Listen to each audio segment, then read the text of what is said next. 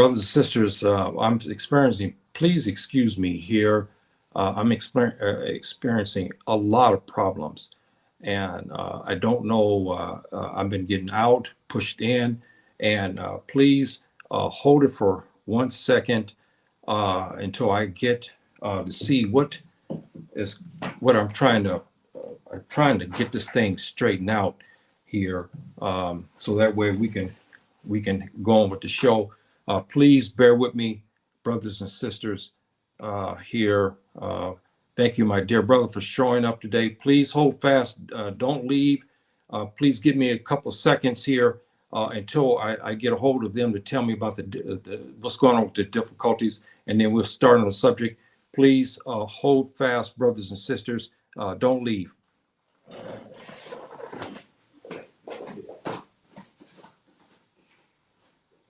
You're kidding me.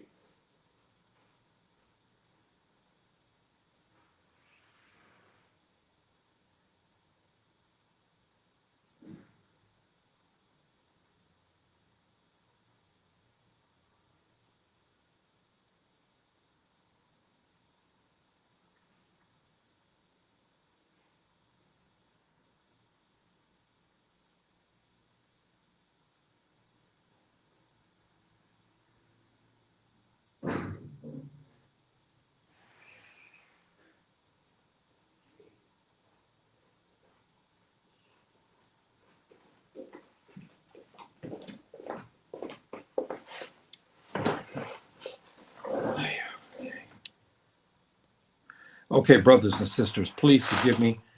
Uh, Here, let me see. I got here.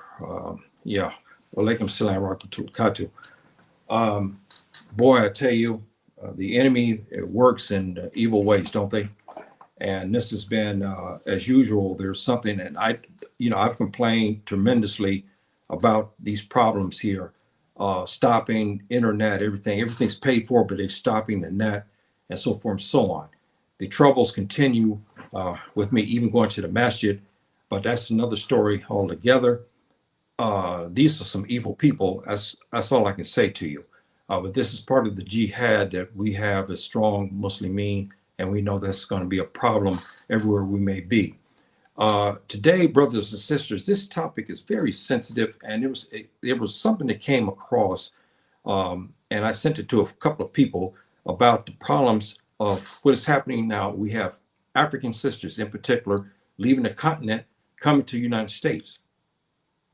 And they're finding out they can't compete with their African American sisters and with the Tubab woman as far as getting husbands, men, and so forth and so on, and even competing in society because their skin tend to be darker than African Americans, and of course the Tubab. So we're starting to see problems like this now are starting to surface, and we're starting to have our African scholars and so forth talk about this issue and whatnot. And it's very acute, and it's being talked about now finally, and I'm glad. That's why I wanted to bring this topic forward, because should the Africans, when they leave the continent, come to the Americas, should they adapt African American culture, and will they be accepted as such? And it's a serious situation, brothers and sisters, because when you have a sister who is jet black in color, she comes to the United States, and suddenly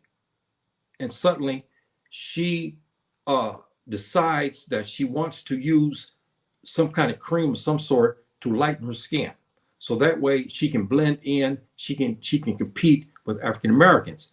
And this is a very sad epitaph. Matter of fact, there's a movie about this issue about one Nigerian girl who left Lagos, and she came to the United States as a child, and she started to experience as a child. African Americans would talk about her because they said she was too black.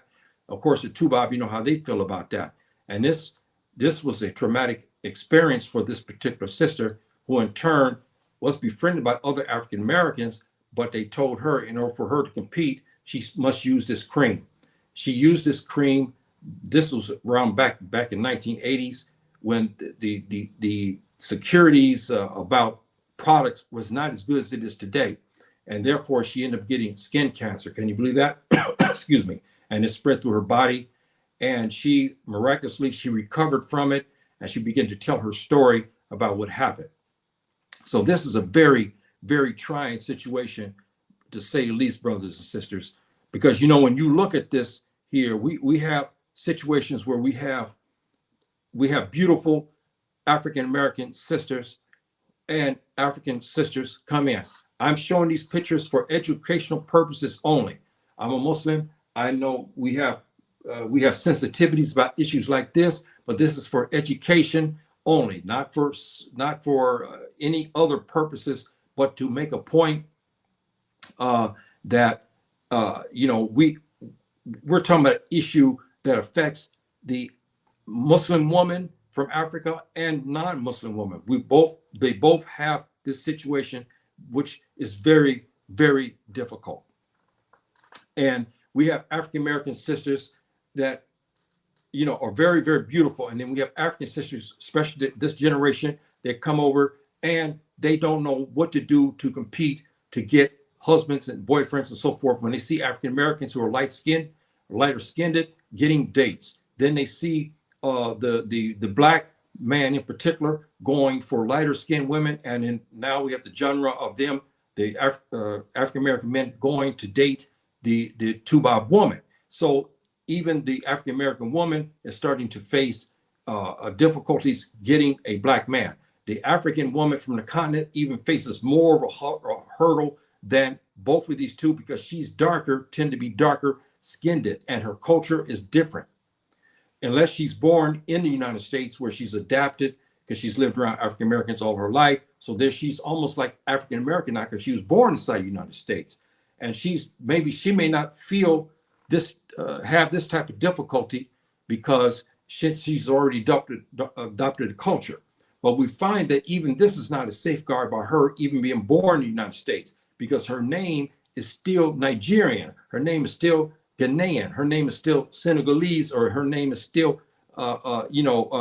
Sierra Leone. So we still have stigmas, and it's affecting our African American, our African sisters when they come to the continent. And we should discuss this as Africans and as Muslims and so forth and so on. And this is a very, very, very trying epitaph. We have sisters, Black African sisters too, but our Muslim sisters are not really being faced with this difficulty per se. They may be lonely and whatnot, but they're not taking extremes like some of our other African sisters who come are taking these extremes. And brothers and sisters, when you begin to try to lighten your skin, this is a very serious problem, and it's a psychological problem, and it has many troubles that come with it. And there was a saying, I remember when I was my generation, because I'm 70 years old, so you imagine our generation is quite different and whatnot and so on. But we had these problems with the African Americans where they start to lighten their skin, they lighten their hair, they make their hair blonde and all kind of different colors, everything trying to compete with the Tubaab woman in beauty, because the standard beauty in America, and it's changing some, has been the Tubaab American woman. No doubt about this, okay? No doubt. So African Americans, sisters affected by this, begin to change.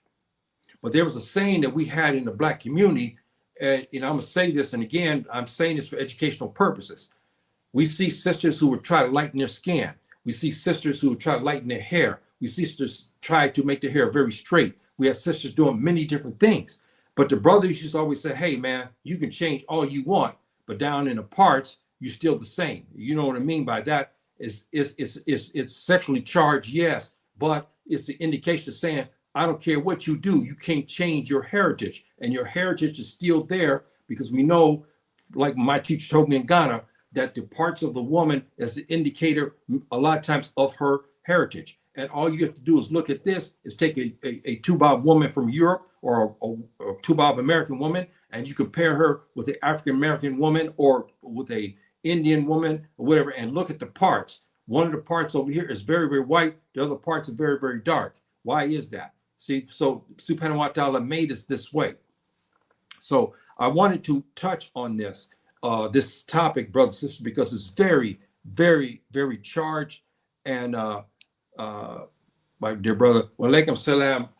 Well, my dear brother, thank you very much for showing up. Thank you very much. Walaikum salam.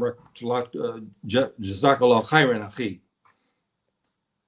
So we see this, and we have this problem, brothers and sisters, where we have here on the side here, we have three people. We have a girl here that's mixed race. She's half black, half white.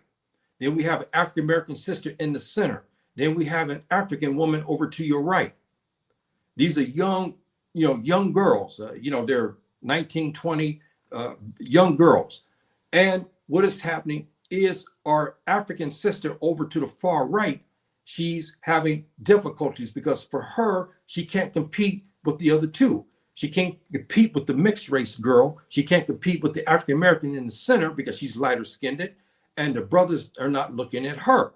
So she takes the extreme by doing things to change up in order to make herself attractive for an African American man to marry her. And this is a problem, brothers and sisters, that we have to discuss. And as a Muslim, and when we see things that are wrong, we should discuss it, even though it may not be an Islamic issue in a way, but in some ways it is an Islamic issue, because it goes to show us how the training of Muslim women, we don't have this problem. As a general rule, we don't have this problem with our sisters who are Muslims. We don't have this problem. They accept what they are because everybody basically is almost the same, because you have a hijab on, you're covered, and so forth and so on. And as far as looking at them in different ways, we don't have this severe problem. But our non-Muslim sisters are having problems like this because they go to school with the two girls here. The other girl over here to the far left, half black, half white. Or her mommy is Mexican and her father's black. Then we have a light-skinned, which is typically around the color of most African Americans. Today, the girl in the center here. So our sister to the right, she's looking at them, and she see as the brothers pass by, the brothers are checking out the half-caste girl over your left. They're checking out the African American girl in the center, but the African girl over to the right is not being checked out.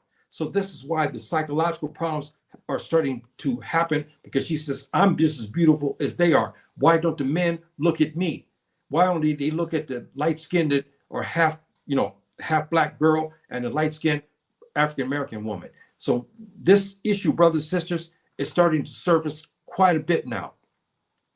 And then on top of that, we look at the issue again of culture. Should the Africans, when they come over to the Americas, is it imperative that they adopt African American culture, or can they still keep their Nigerian culture, their Gambian culture, their Fulani culture? Can they still maintain that in order and still succeed in American society? This is an issue that we must talk about, and I'm hoping that I get people to come in the chat to discuss this, because it is a serious issue.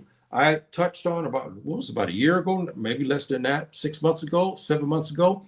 I had an issue talking about the African Americans coming to the continent and how they have difficulties adapting. They don't want to become African. Now Africans are leaving and have left for decades, coming to the Americas.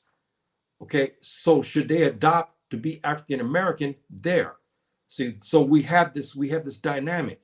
And what's the fallout if a Nigerian girl who is blacker than her sister and others, and like this situation here, she's a young woman and she's say a non-Muslim, and she's want a boyfriend, she wants somebody to come to date her, and again she's walking on campus and she hear boys talking about the girl on the left, how they like her, she's so beautiful, she's this and that. The girl in the center, she's African American. The brothers talk about how beautiful she is, but nobody talks about the black African woman from Nigeria or from the Gambia or from Ghana or from Cote d'Ivoire or any other place, or Mauritania. They don't talk about her. What effect is this having on the African girls when they come from Africa to America, when they have this type of dynamic? where the brothers don't look at them. They look at the other two here, one in the center and to the left, the African American woman and the girl on the left here, the half black, half Mexican and black girl. So this is an issue, brothers and sisters, that we have to look at. And we have African American sisters who are attractive. African brothers are coming over to the continent and they see African American girls like this and they go for them. Okay, they look at them, they like them. But this sister here is classified as beautiful because her skin is very, very dark. She's a dark chocolate color. And so therefore, the brothers are not really looking at her. See, so even the Africans, when they come over to the Americas, they themselves are discriminatory. We find them to be just as discriminatory as African American men. When the brother leaves Nigeria, the brother leaves Ghana, he leaves Togo, he leaves the Gambia or Senegal or any of these places like this, he comes over to Los Angeles, California, he starts looking at the other sisters. He doesn't look at our Black African Nigerian sister here. See, so this is a big issue, and again, the brothers come over and they see these girls here. They said, "Oh, wait, okay, hey man, look, these girls different from the girls in Lagos or in Abuja. So hey man, I'm over here in America now. Let me start to have at it here at the girls in America." So they have a pick of all kind of different colors. So our African sisters who are sitting at the table with the same girls here, the brothers come over. The guy's a Nigerian. He's a young Nigerian brother. He's a young Ghanaian brother, an African American. They're sitting at the table looking at the three girls. They're sitting across from them. But on the other side of them is a young Nigerian girl, very dark complected. Okay, very, very dark complected, like this. And so they see, okay, where are we at here? They see these girls, they don't look at our African sister over here. See, so the brother, even from the continent, he's got his pick. He said, hey man, look, I'm going to look at this over here, man. I like this white girl over here to the left. She's beautiful. I like this African-American girl. She's more like girls from back home, but she's not really Nigerian, but I'm going to go after her and date her. I like this other cafe au lait sister here, African-American, and I'm going to go after her. So our Black African sister like this, okay, now she's a Muslim. We know she can't date, but I'm just trying to show you the example and whatnot. She is going to be left out in the code. And this is what has happened. And we have brothers having sisters from the continent having problems, our young sister having problems with the psychological trauma of not being wanted and having African Americans and the Tubab Americans talk against them because of the color. And this is a shame. And then we get into this other dynamic. Now we all know what's happening inside the United States. Okay, this is nothing. How can I say? In my generation, it was a big thing when we said we had this. It was, we started to have it a little bit, but not much. But it was a big stigma behind it. And a lot of times, the brothers who dated the white girls in my generation, they did it in secret. They rendezvous at the beach or they rendezvous at some eatery somewhere. And it was very rare that we'll have the brothers in open. And today's climate is different.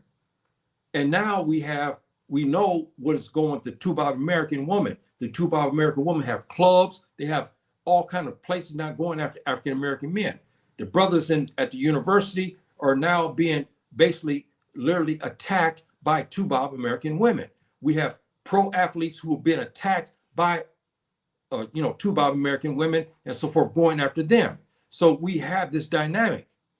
And so even our African American sisters are losing out because the aggressiveness of Tubab American women who openly now are declaring that they want to go and marry with African American men. See, so we have all of this dynamics, brothers and sisters. Okay, then we have the other, and we'll get more into this. Now we got African brother here, successful African brother. He leaves Nigeria. He leaves Nigeria. He comes into the Americas. He comes into Los Angeles, California. He's wealthy. He's got a big business. He's handsome. He's in his 40s. He's a nice looking African man. He's a smart as a whip, a businessman and whatnot. Who does he usually go get? A lot of times our African brothers don't marry the white girl. We know this, okay, the tuba. But they'll get a light-skinned who's almost in between white and black, like this. Let's talk the truth, brothers and sisters. We must say the truth here.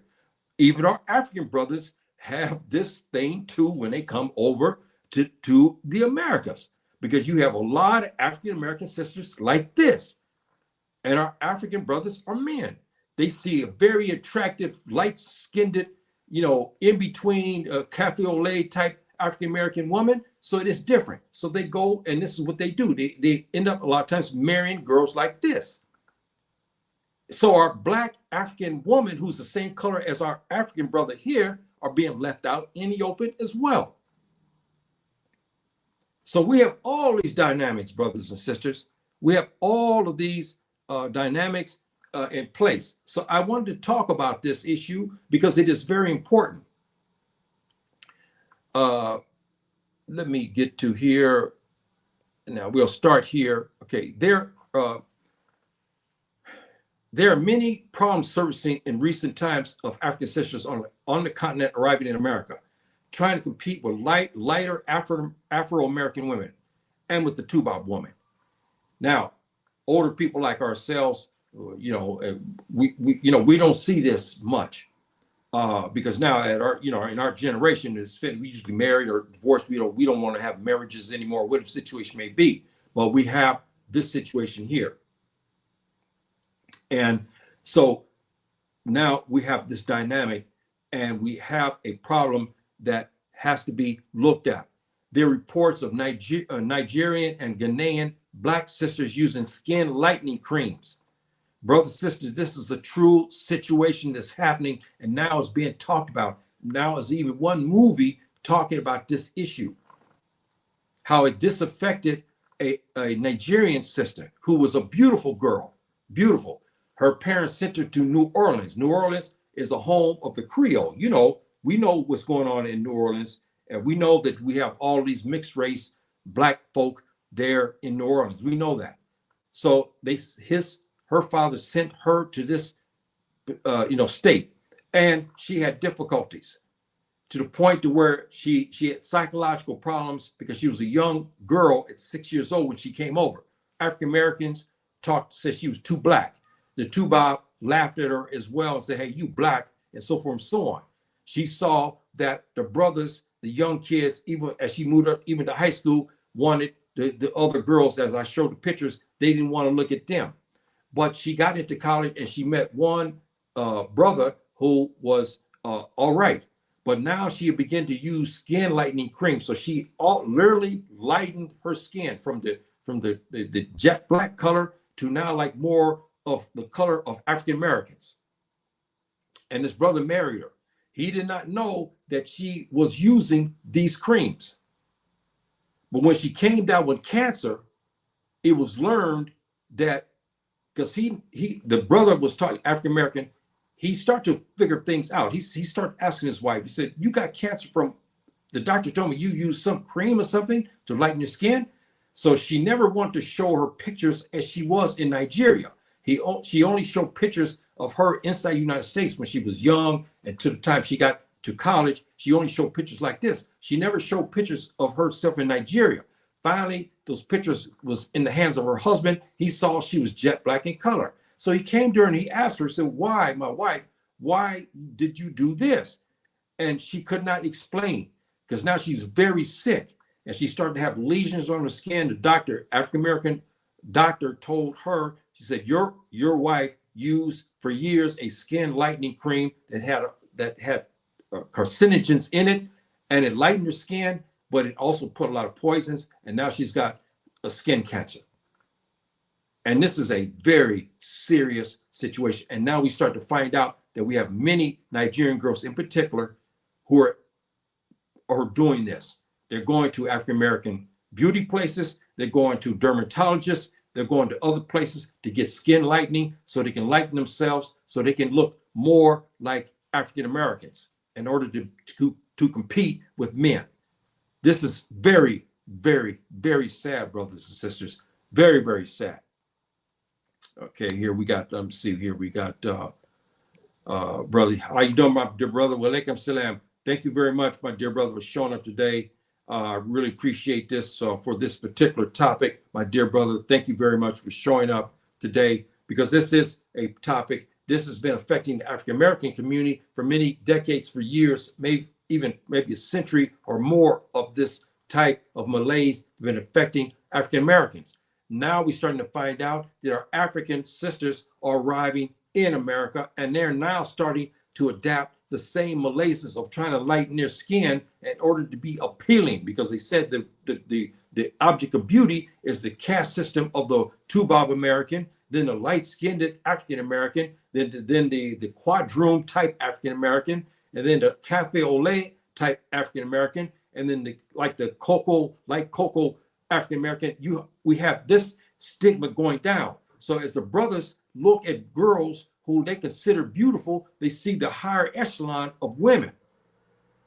See, but our sisters from Nigeria, our sisters from Togo, our sister from Ghana or from Senegal or from the Gambia, who are very, very dark-skinned, are the lowest ones on the totem pole. So that's why they're resorting now, from reports of getting skin lightening creams, putting on their face and their body and so forth and so on, in order to lighten their skin. This is a very sad epitaph, brothers and sisters. Very, very, very sad epitaph, to say the least. And I don't know. You guys, please give me your input. What you guys think about this, because it's now starting to come out. And again, brothers and sisters, we go back to refresh this. We see this. We have young men. Okay, we have young men, even young African men, coming over to the continent. Coming over to the United States. They see the girls here. The girl on the right she's Nigerian, okay? And now you have a brother from Nigeria. They similar in culture, similar in color. But the Nigerian brother, the young brother, he's now seeing the African American in the center, and he's seeing the half black, half white, half black, half Mexican girl, and he's ignoring the darker skinned African woman. We're starting to see this. They're starting to adapt the same things African American women, men who tend now to start to go after, I'm talking about the generations today, not the my generation, but the generations of today are doing this, where they're starting to be discriminatory, because now we have a lot of half black, half white, half Mexican, half Asian girls. We have, cafe au lait African American girls, and so forth and so on. We have them looking like all kind of ways. The brothers come over and they start to see these girls and so forth, these African Americans looking like this and so forth and so on, and they start to go for this, and they ignore the African girls. And again, as a Muslim, I'm doing this only for education, to help us to concern about the topic at hand. We know the sensitivities, but I'm only showing this problem that we don't have basically in the Muslim community. But in the non-Muslim community, these problems are surfacing a lot, okay? They are surfacing a lot. And we have these situations here. And again, I don't know really what the answer is. Only thing I'll say, I do know the answer. The answer is Islam. I know that. If they're Islam, these girls will not be able to show their beauty. Their beauty will be hidden. And now their personality must come out, even though they may be darker skinned or whatever the situation is, but her personality now will be showing. What is happening today is these girls here, okay, they're not wearing hijab. And so what's talking for them is their body and their natural beauty, but their substance of who they are is not being displayed. But a Muslimah, she's beautiful too, but what has happened is because Subhanahu wa Ta'ala told her to cover herself.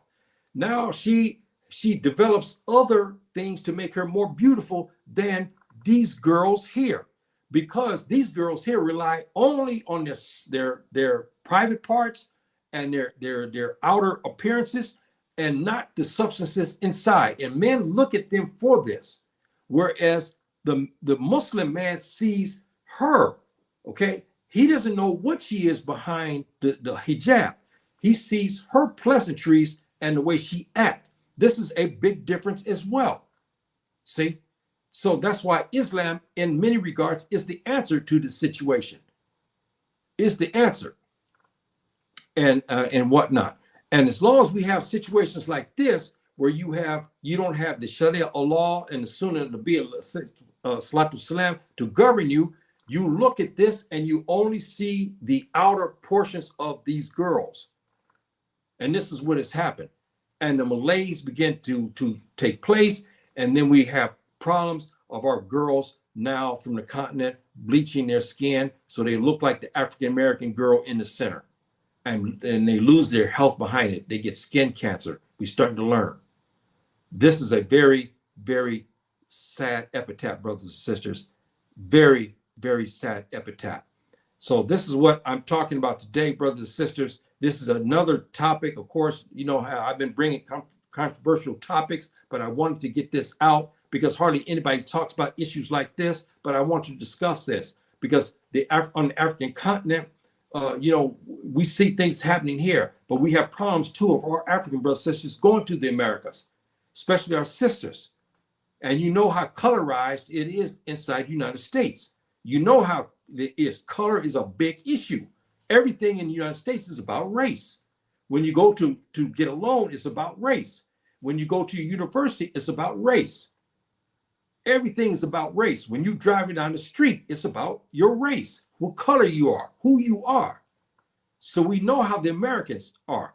That has to play also in dating and marriage.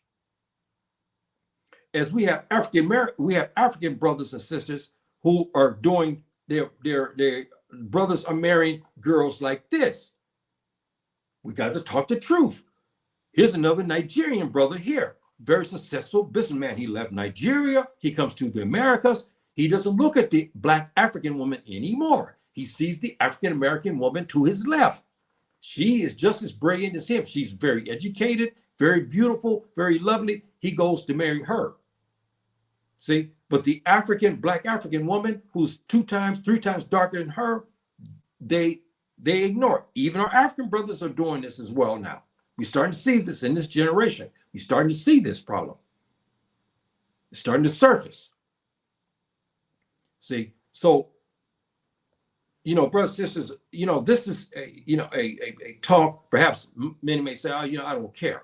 But you should care. I'm going to tell you why. The generation we have today, you're going to have sons and daughters. As long as this colorization goes on, we'll have this problem.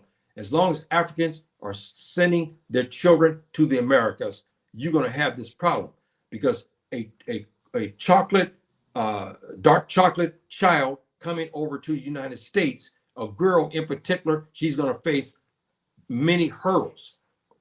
And when it's time to date, we're starting to see this. Now we have Africans coming back to Africa talking about the same issue. They said here, there for many years, no one ever even looked at them. Some may look at them only for sexual relations, but many did not date them. See, and they talked about the issue of when they were in high school and in college, the brothers only looked at the 2 girls in the center, the girl in the center and the girl to the left. That's what they looked at. They didn't look at his African sister. He didn't look at her. See, so now our sisters are starting to talk the truth about this. And they start to talk about our African brothers coming over to America, bypassing his Nigerian sisters to marry an African American successful businesswoman who's 3 times lighter than he is. So we said, brothers, this is a complicated issue. And to top it off, we have the other dynamic. Is this dynamic where we have openly, now in my generation, we have, everybody talking about bottom feeders. The girls were, a lot of times you didn't have beautiful white girls. They didn't go after African Americans. men too much in my generation. Okay, they didn't have that. Now and then you hear about it, maybe behind closed doors or something. You hear things like this. Now it's in the open. We have beautiful two-bob American girls who are openly attractive, who are openly dating and being aggressive towards African Americans and African men who have been in America for many years and now have been more Americanized, meaning African Americans. See, so we starting to have this dynamic play out. And we talked about sisters where we have two African brothers here standing over next to them, sitting next to them is a blonde haired two-bob woman.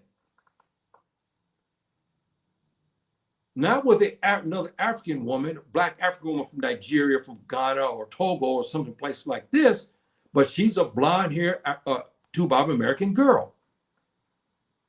See? So here we go with these complexities. And the brothers, now it's so open, it's bordered on ridiculous. You have these two-bob women, they're all over YouTube now, they have clubs, they're in newspaper articles, they're telling you straight out, they're going after African-American men. They tell you straight out, they don't want to date their own two-bob men. They don't want that. They don't want Hispanics. They don't want Asians. They want African-Americans. And we ain't talking about bottom feeder girls who look like, we talking about very attractive two-bob American women, business women, and so forth and so on, very attractive, going after African-American men. See, we have these dynamics.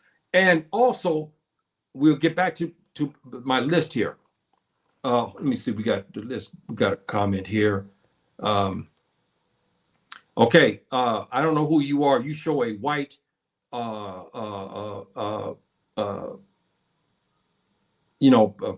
Egyptian, a Kemetic person.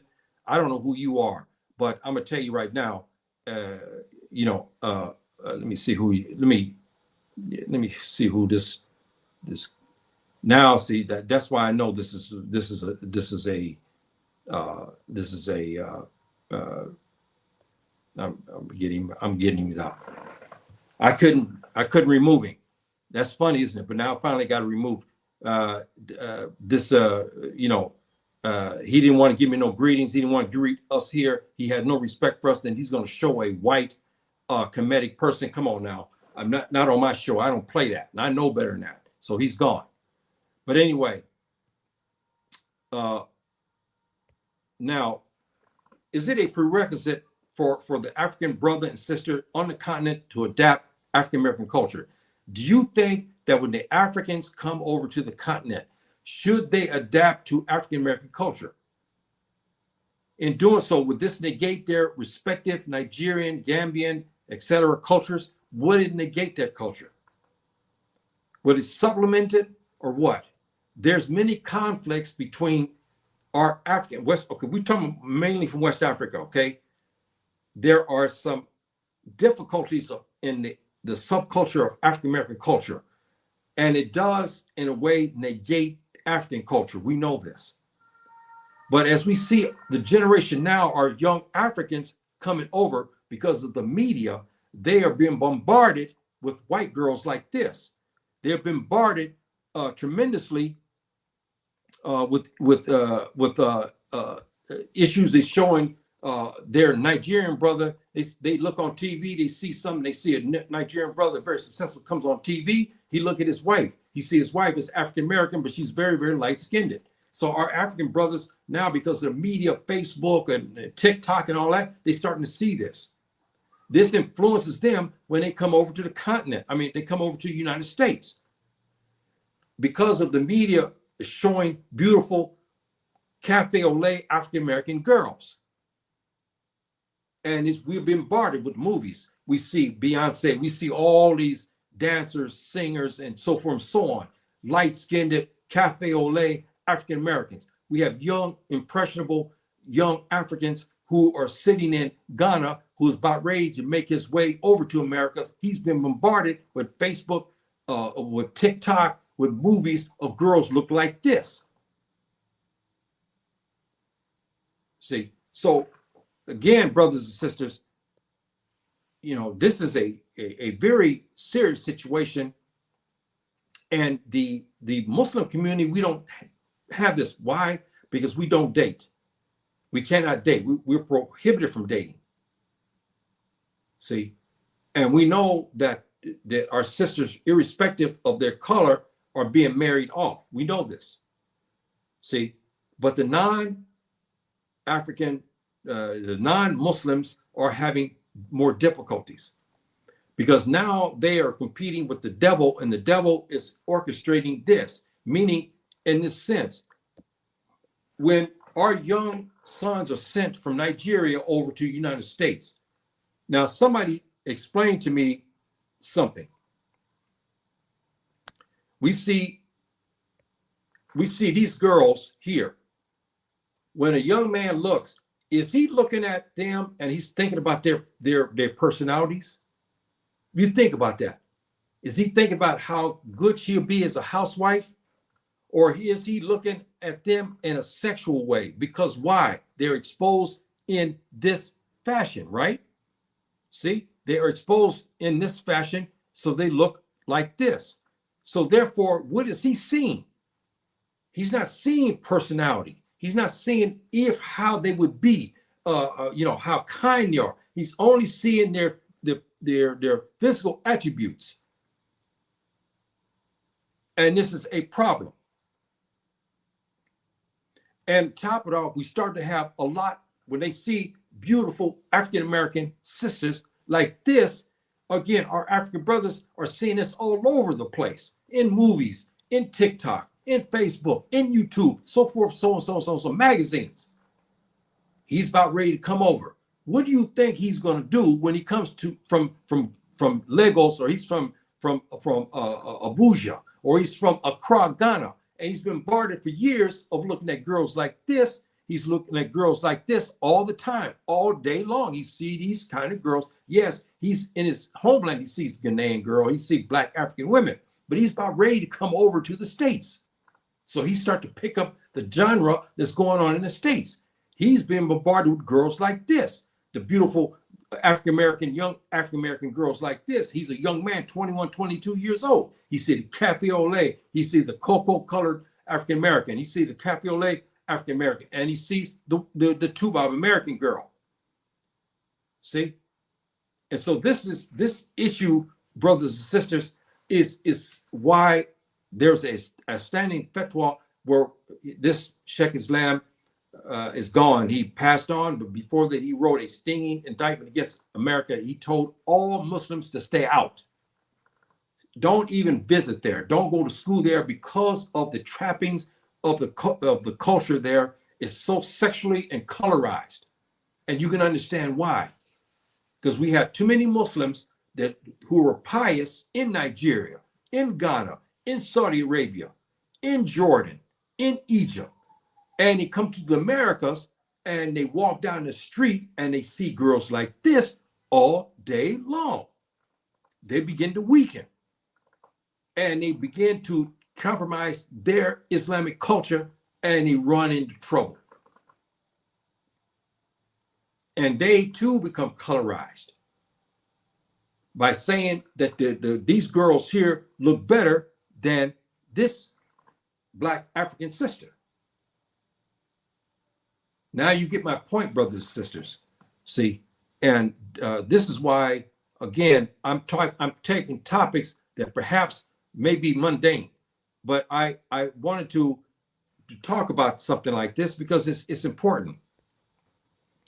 Anjarama, my dear brother, Mayate, thank you very much, my dear brother, for showing up. I appreciate that very much. Please chime in, my dear brother. If you have something to say, your thoughts on this topic, please chime in. All of you who are here, still here, please chime in. If you want, you're welcome.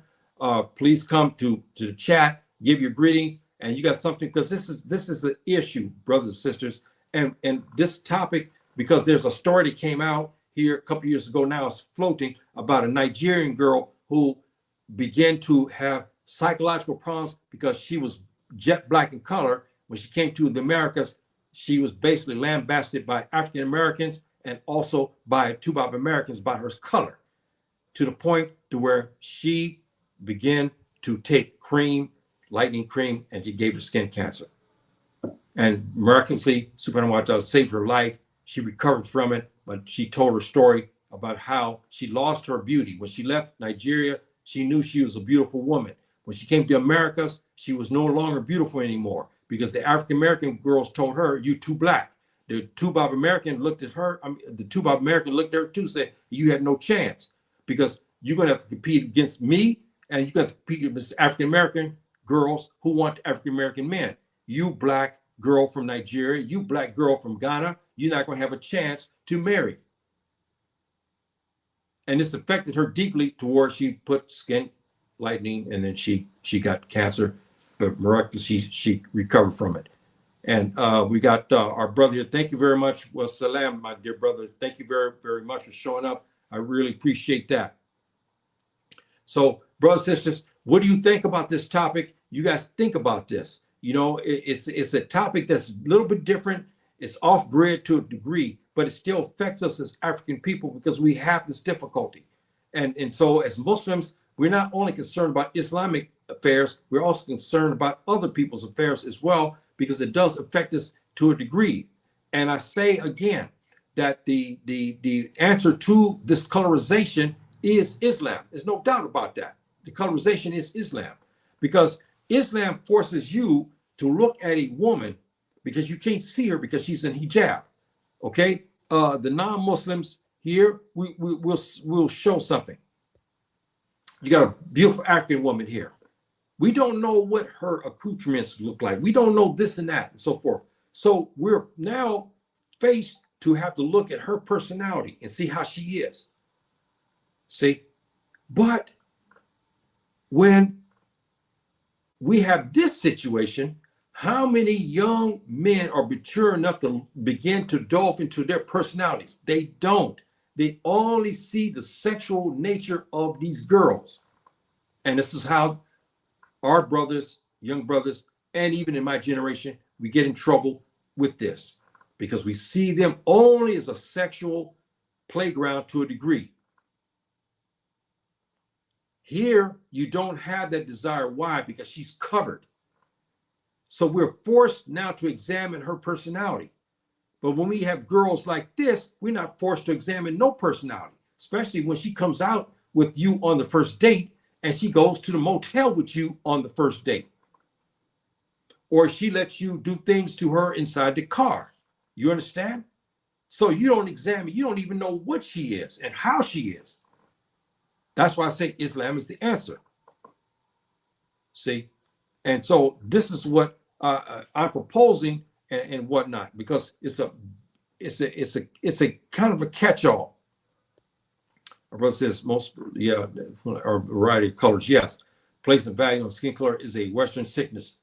Yes, dear brother, you said it. It's right. It is a sickness, and it's a true fact. But even our African brothers, when they come over, they're starting to adapt to this sickness. They're starting to have it taken in themselves.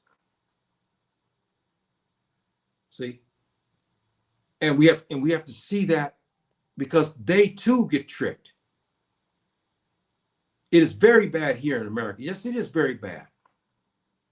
But brothers and sisters, I saw something here the last 2 weeks, and I was thinking about doing a topic like this because I start to see wealthy Nigerian brothers come over marrying girls like this. Okay, I've been seeing it. Okay, some even two married two Bob American. Most of them take very light-skinned African American wives. They're successful Nigerian businessmen who come over to America to open up businesses, and they choose for a wife light-skinned, cafe au lait African American girls for marriage. They too are starting to get into that. And we see some of our athletes in college who also having the two Bob American throw themselves at them. Two brothers sitting at the table at McDonald's eating their food, and a two Bob girl, she sees them, she likes the way they are, and she comes and sits down and introduces herself to them. We start to see this. See, so All of this, brothers and sisters, is a serious issue. And we have brothers and our African brothers come over, and they've been bombarded many times as well. But we are also finding out our very black-skinned African brothers are having difficulties to a degree because many times, and I'll get into that issue here shortly, but they're starting to have difficulties themselves. And so this is why I say, brothers and sisters, we have to be very, respective, have a respective of this situation and look at it. And why I talk about it, hopefully that you look at this, you're young, you have on the continent, perhaps you're going to have a son that you want to send to the Americas. You're going to have, this is an issue that your son is going to face, colorization. You have to prepare your son and your daughter for this, especially if they're very, very dark-skinned. You can't get around that. This colorization is still there and it's not going away. See? Should an African American man marry a light-skinned Afro American woman in lieu of his continental African sister? We're starting to see this. We have brothers, especially from Nigeria, especially from Ghana, who are finding wives, and their wives are usually very light-skinned African Americans. Some even marry Tuba. But I'll get into something about this in a minute, too, brothers and sisters, about this issue. Should the African brother follow the growing trend among African American men and marry a Tuba woman? Some Africans are doing this. They're starting to marry these girls. See? And this is very interesting. And then we have African American sisters vocalizing their disdain for African men due to the blackness of their skin. So we have a very dark-skinned Igbo brother coming from Lagos or from eastern part of Nigeria. He's going into Los Angeles, California. Many of the African American girls, because they're cafe au lait or lighter, they look at these of the African men and they don't like them because of the blackness of their skin. And should an African man go to lighten his skin like many African girls are doing in America now? Should he do that? He should not do that. But again, brothers and sisters, if the brother is more inclined in color to African American men, he's not having problems. But the very black-skinned African brother is starting to experience the same difficulties as our African sisters who are very jet black in color as well. Both of these two are left out in the darkness, so to speak. See, and we have this colorization, and why Sheikh Islam Abbas, I think was him who wrote the fatwa, why he said stay out of America. He urged all Muslims everywhere you may be, stay out of the Americas because of the problems I'm talking about, that plus the moral issues and so forth and so on. And it's only fitting, brothers and sisters, because we have to be honest here. How many of us, our young sons, look at the personality of the girls like this? I mean, let's be honest here. How many? Can you see her personality here, or are you seeing other things? See, this is what we're talking about. Why the issue of fatwa about our Muslims coming over to Americas, because even they're men, they're young men.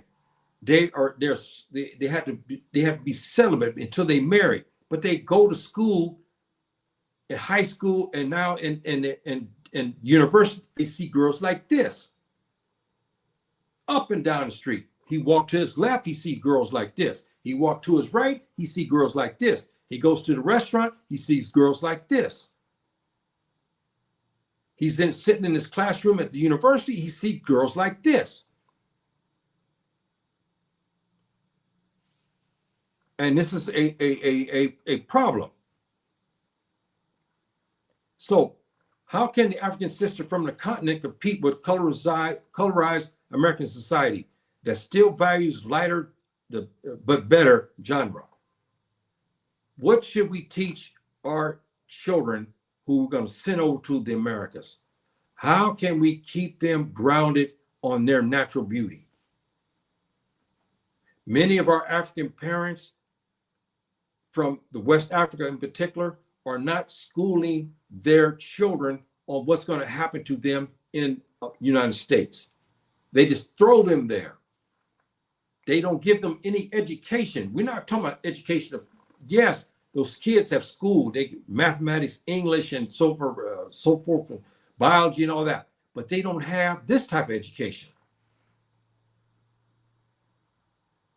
Our fathers in my generation, they see their grandsons and granddaughters, they're not educating them about the trappings of the United States.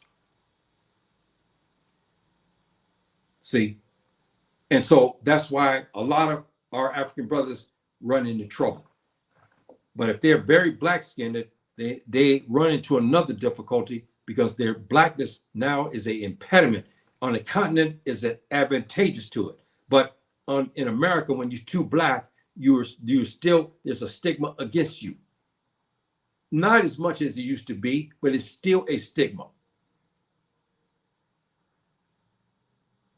Now, should the African sister become African American in her speech, attitudes, and appearance in order to compete? Can she compete with these girls by keeping her Nigerian culture, her Ghanaian culture, her Fulani culture, her Igbo culture? Can she compete with the girls like this if she maintains her culture?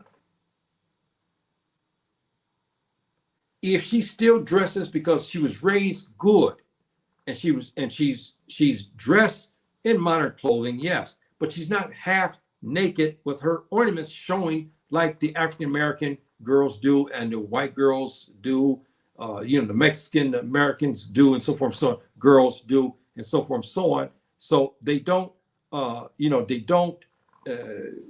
don't have that.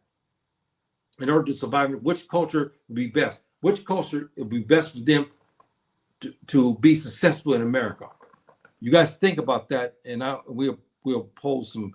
We got some problems. We got some questions here. I think the modify their culture to yeah. But it looks different in every culture. Yes, it looks different in every culture and whatnot.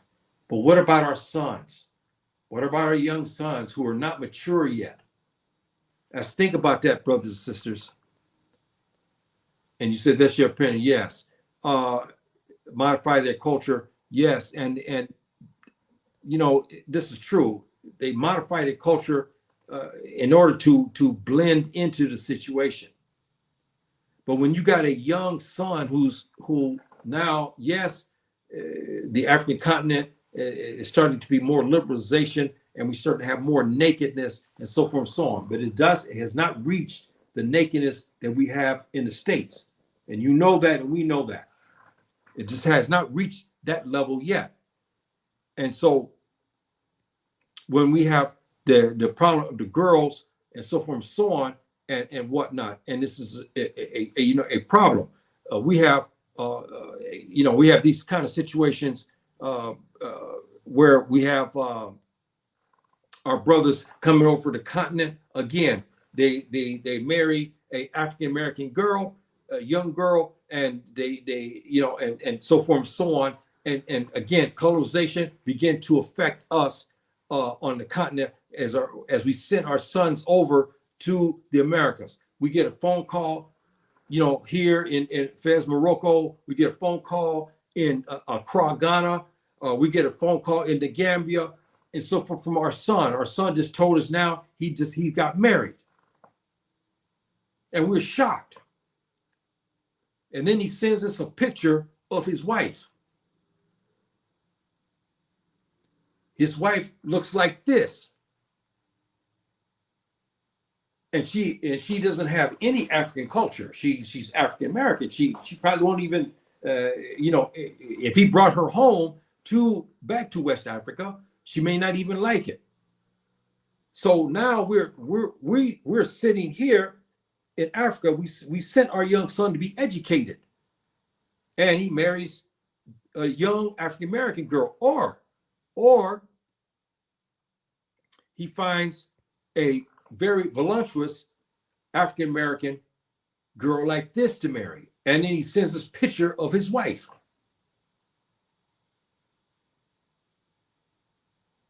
I mean, there's a lot of dynamics here. How many African parents have been totally, blown away because they did not educate their sons to the trappings of the United States? Our son, we send him over. He's 21 years old now, 22. We send him over to Los Angeles, California, to USC to go to school. Within a year or so, he finds an African American girl like this, and he marries her. Or he is after some girls who are 18, 19 years old who he see at the ocean, or he sees at the swimming pool, or he sees at the parks, lightly clad, beautiful girls. He's not looking at personality, but he see this. And he begins to have relations with these girls. One of the girls get pregnant. How many we know today, African men who are now sitting in family courts with girls like this, who they didn't even check their personality. They only saw their body and their face. They didn't check out no personality. And they began to have relations with them, and they got pregnant. And now they're trapped with child support. In many instances for 17 years. Even if they come back to the continent, unless they have their assets in Africa, the American courts a lot of times go after the African countries to go seize the assets of our Africans brothers who come back over here to seize their assets to pay for child support. See, so this is what I'm talking about. And we have to look at that. And then we're not training our African sisters to tell them when we send our 21-year-old sister, our sisters, our daughters over who are jet black in color. We're not training them to tell them that you're going to be stigmatized. These girls here are going to be against you. Like over here, we got over our far right, we have a Nigerian girl. Okay, she's sent over to the Americas. They did not train her to understand that the colorization inside the United States, that her chances of her, because of her coloring and whatnot, is going to be slim for her to have a date and meet even marriage, because the girl on your left and the one in the center who's African American, the girl here is mixed race, half black, half white. They're taking up most of the men. And we're not training them for this, for them to understand that color inside the United States is not advantageous, it's a disadvantage. It's advantageous to us here on a continent, but in America, it's disadvantage for you. See, so this, again, brothers and sisters, is another topic, and what should they do? What should we do with our African brothers and sisters and their children? They send them over to the United States. How are you going to train them so they don't get in trouble? What are you going to do to get them to look at this situation? How can we train our sons, and how can we train especially our daughters? We don't want our daughters to compete with the two girls over here. The one in the center who's African American, and the one to the left who's half black and half white, or half Mexican and black. How are we going to train her so she doesn't go to the store and get skin lightening cream to lighten her skin? So because she feels this is the only way she'll be able to compete with the two girls here is by lightening her skin. We don't want to see that happen. We don't want to see something like this take place. And this is what I'm talking about. And you guys, you guys think about this issue because you have sons and daughters. You never know. Your son is 9 years old now. Your daughter is 10 years old. You don't know what's going to happen. One day she may get a scholarship to come to the United States for education, or they may have a desire to come to the United States to get education, and maybe they get, because now they have scholarships, but under Trump, I think he's stopped all that. But they used to have scholarships given to African students to come, the brightest African students, to come over and they get a full ride scholarship to go to university life there inside the United States. And when we send our sons, we don't train them about these girls. We don't train them about this. See, we don't train them to look at this thing. We don't train them to look at these, to handle these type of women like this. We don't train our sons to understand this. And then we don't train our daughters to say, look, you're gonna get discriminated against even by African Americans. You're gonna get discriminated against even by the two Bob Americans because you're much darker than both. See? And so we don't want to see our young daughters going to skin lightening, so they compete with African American girls who look like this. We don't want to see that. And we should train our sons when we send them over from Nigeria or from Ghana to come over, that if they are more closer in color to African Americans, and especially if they're well-to-do at the university, they're going to have these situations like this happen. You have to expose them to this fact. We don't want them to get hit with this and have problems later on, and we should train them if we get ready to send our children over to to America, that you have to prepare your son for this type of situation. Now, we're not saying there's something wrong with our Nigerian brother here marrying to a light-skinned African American. No, that's not the point. I'm not making that. No, I'm not saying that, because we have Fulani girls who look just like this. Fulani people who know we're here, you know that too. We got Fulani girls. She could be even Fulani heritage. We do not know. We have Fulani girls who look like this. This is not the issue I'm talking about. I'm talking about inside the United States because of colorization. And I'm saying that our brothers get affected by it, and our sisters get affected by it. Our brother here perhaps could have married a very dark-skinned another African woman, or very, very dark-skinned African American woman. He didn't do it. He chose to marry a light-skinned African American woman. See, this is the things that I'm talking about, and we should train our our children for this. And I remember this guy, and he was in TikTok. Was it TikTok or what's the other one? Not TikTok. I forgot I don't have any accounts of this one. I saw it in Google. I can't think. Anyway, the brother was talking about these two brothers from blood brothers. Their father's very wealthy. He sent their children over to Los Angeles. They went to USC to get their education because they're going to come back to Nigeria. The brother was, at the time when he came to the United States, he was 20 years old. He was accepted at USC, and his brother, he almost like, I think they were twins, were accepted.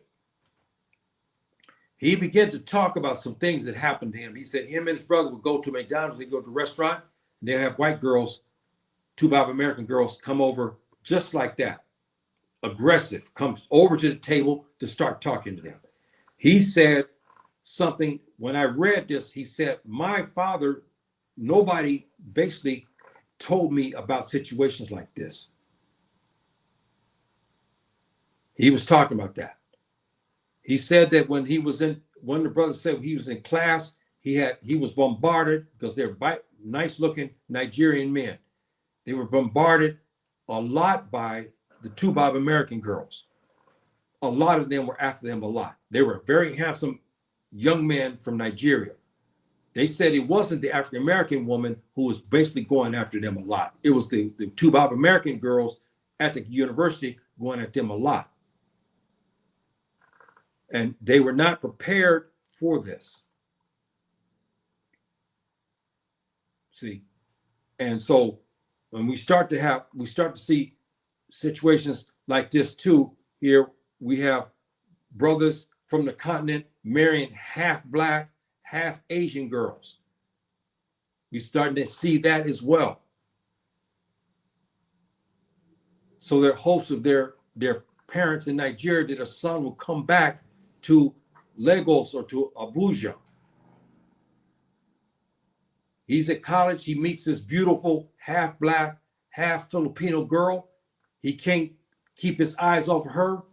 He ended up even having a baby by her before they marry, or he marries anyway, and he's now stuck inside the United States. He does not want to come back home to Nigeria because he has a job, he's got a house, he's got a mortgage, he's got a wife who's not African. She's not going to want to come back to Nigeria. So now he's trapped.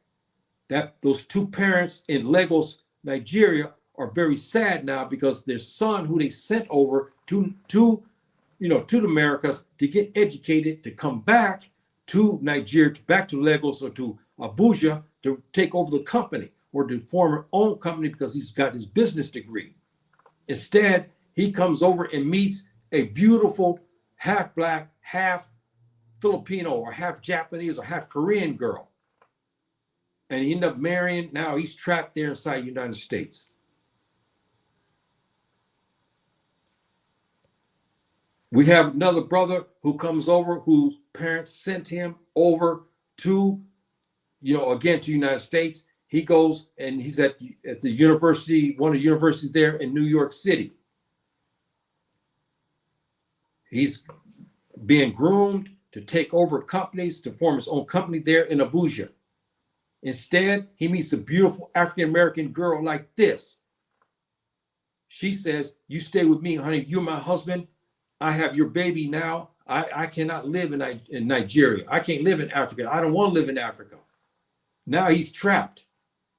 He's married an African American woman, and he's got a child. Now he's trapped. His parents did not prepare him for these things, for him to look at the girls and so forth and so on. I'm not saying American girls are bad. I'm not trying to imply that, brothers and sisters. I'm not. I'm just saying that there's trappings, that we have a lot of Africans are in trouble now. We got African women who are in trouble, are starting to take creams to lighten their skin. We have African girls who come over, even take their hair color and change it like many African Americans do in order to blend in. And we as parents are failing our children when we send them over to the United States. We don't prepare them for these realities. And we should prepare them for these realities.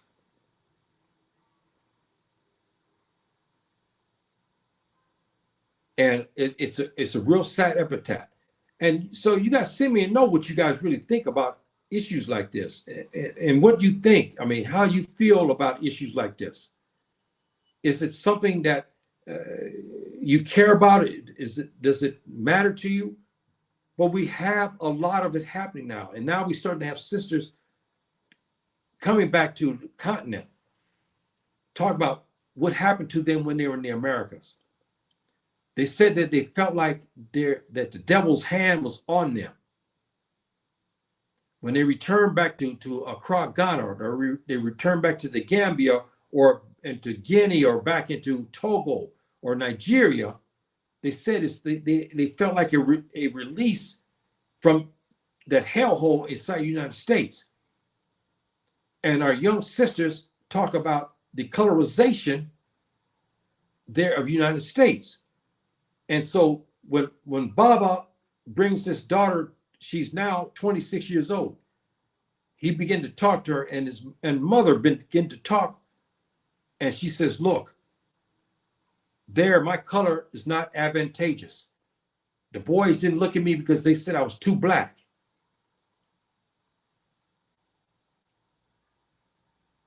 This is some of the situations we know that is happening.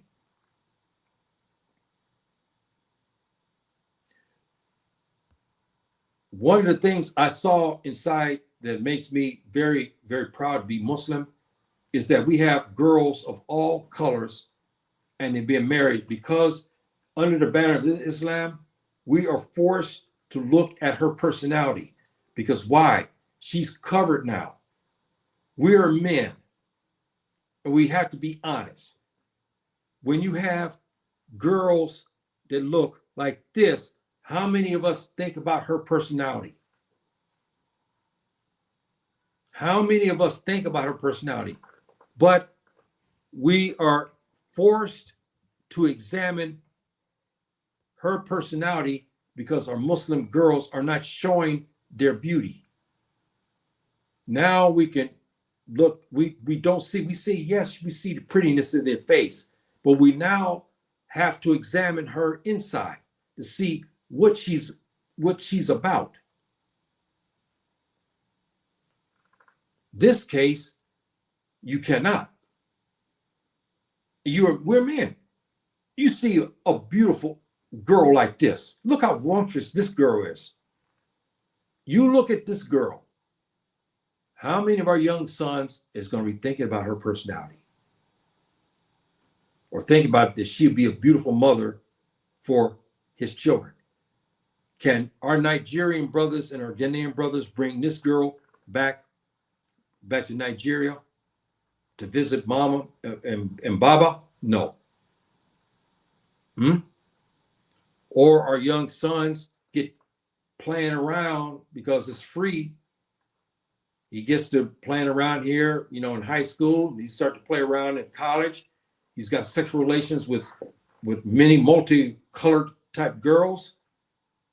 Can he bring any of these girls home to Baba and to Mama back in Nigeria, in Ghana? No, he cannot. This is what we talk about, brothers and sisters. And this is a problem.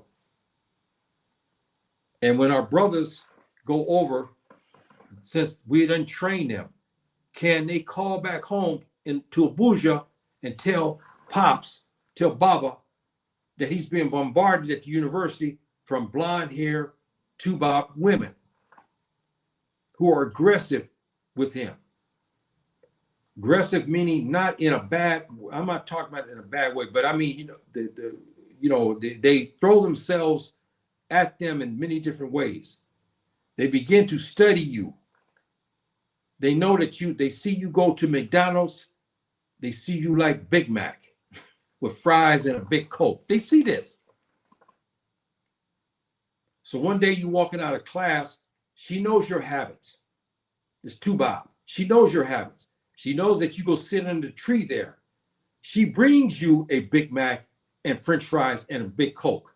Because she's watched you, saw what you like. So now she's doing this. And she makes sure that she has the correct perfume on. She makes sure she has the clothing that is seductive for him to think past her personality, but to think about the things, the sexual nature of a woman.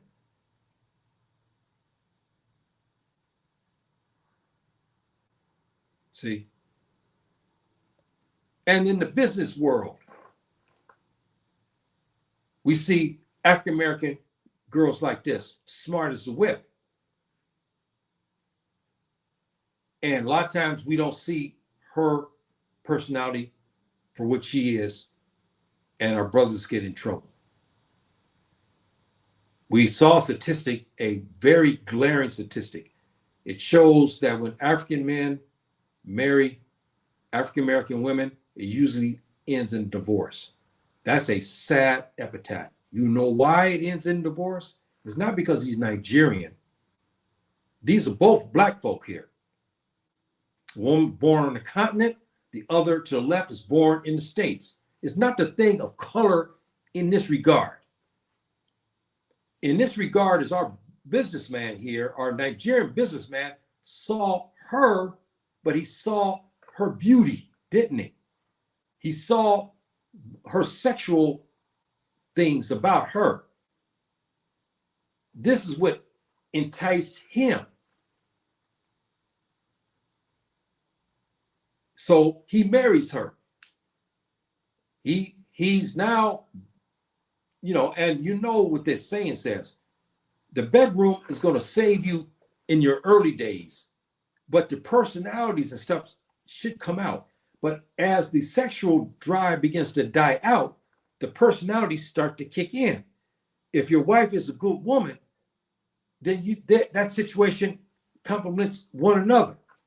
But when you only saw her for the sexual thing, because that's what she showed you, when you've already had your fill after 5 years of her, and now you start to see her and her personality, which is not good.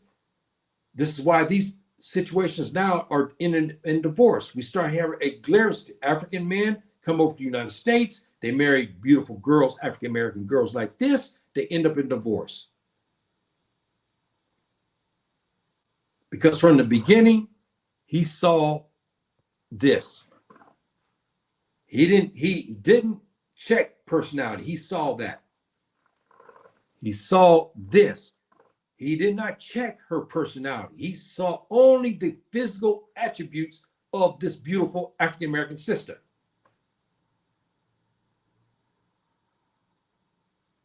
See? Or he sees a beautiful African American, part Filipina girl, and he marries. Most likely, this situation is going to end in divorce. This situation here is happening more and more, but this relationship usually falls within the first couple of years, because as the situation comes down, the household, you have two distinct cultures. And so what happens is now the brothers start to see things in her that he did not bargain for. She began to see things in him that she didn't like. So they end up in divorce. This situation here is even far more acute. It ends in divorce more so than that of the African Americans. But with African Americans, you have the majority, it ends up in divorce. These are glaring statistics, brothers and sisters, glaring statistics. Every single, I don't know who you are, brother. I don't know what this stuff is. I'm your elder here, and please write something in English or something. If you speak Arabic, you write in Arabic or for full day or something. But don't give us this WP. I don't know what that means. And you did not come into the chat here and give us your salam. I'm gonna give you a couple of minutes to give your salam. If you don't, then I'm sorry, I got to run you, because I don't play that. So, brothers and sisters, this is a situation that's thought-provoking, and I want you guys to look at this situation. And this is geared for our African brothers now. We got some African brothers and sisters in Nigeria, my brothers and sisters in Nigeria and in Ghana and other places in the Gambia. You have sons and daughters now 10, 11, 12 years old. 5, 6 years from now, you don't know. Something may happen. They're going to want to go to the United States. You got to prepare your children for the hellhole inside the United States. It's colorized. It's sexualized. You know that. You got to prepare your sons that he has to offer restraint. He's got to offer restraint. Because if he doesn't, he'll find situations like this. And he's going to run himself into trouble. He's going to find situations like this. He's going to run himself into trouble.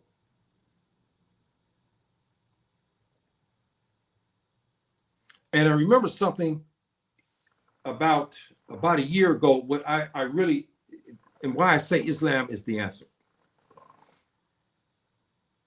There was a brother that left, if I'm not mistaken, it was Ghana. This is in 2010, some years back. He came over, he's a Muslim. He came over to the United States. He got a scholarship, and his father and mother urged him to go get education, because even though he's Muslim, they want him to get his bachelor's degree in business and come back home. In the process, he meets an African American girl, like over here to your right. He talked about because she was a Muslimah. He said that when he was there, he was being bombarded.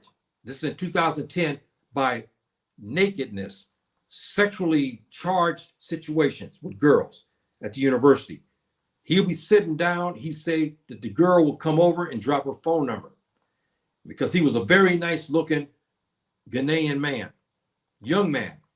He said other things was going on. He said that many times he'd come to class and there'd be a note that some man will drop there from a girl who wanted to remain anonymous, and she would say, please come to my dorm, or please come to my apartment at 10 o'clock tonight.